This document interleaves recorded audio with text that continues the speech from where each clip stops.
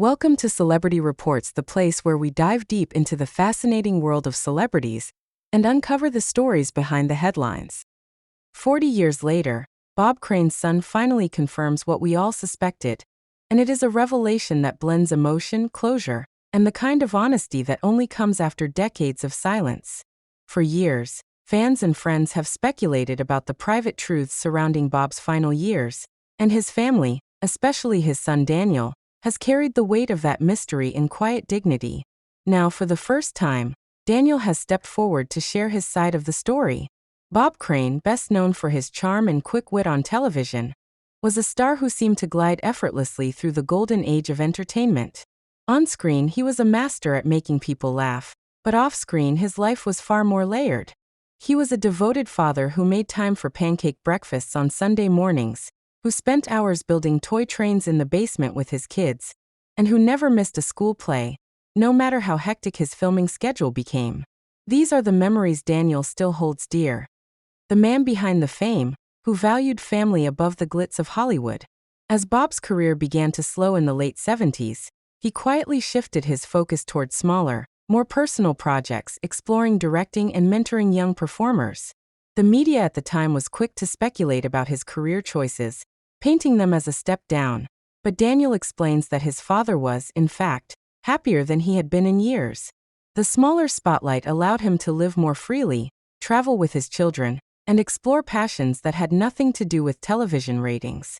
What Daniel confirms after 4 decades is that the pressures of fame had shaped his father's life in ways the public never truly understood. The Bob Crane fans knew was confident and charismatic, but in private moments he wrestled with the constant demands of being a public figure. Daniel remembers the countless conversations where his father expressed a longing for normalcy, something as simple as walking down the street without being recognized, or enjoying a quiet dinner, without someone asking for a photograph. One of the most persistent questions surrounding Bob's story had been the nature of his final years. Daniel now reveals that those years were filled with personal growth, reconciliation, and a renewed focus on family. Far from being consumed by the industry, Bob had been planning to step away entirely, move to a coastal town, and spend his days writing and painting. He had even bought a small cottage by the ocean, a place where he and Daniel would fish off the dock and talk about everything from music to life's big questions. Daniel shares that keeping this truth private for so long was not about secrecy, but about protecting the parts of his father's life that were deeply personal. "My dad was more than the roles he played," Daniel explains. "He was a storyteller, a dreamer, and someone who wanted the world to remember him for his kindness, not just his career." In the decades since, Daniel has carried forward many of his father's traditions. He still makes the same Sunday pancakes, still maintains the old train set in the basement, and still visits that ocean cottage whenever he needs to feel close to him.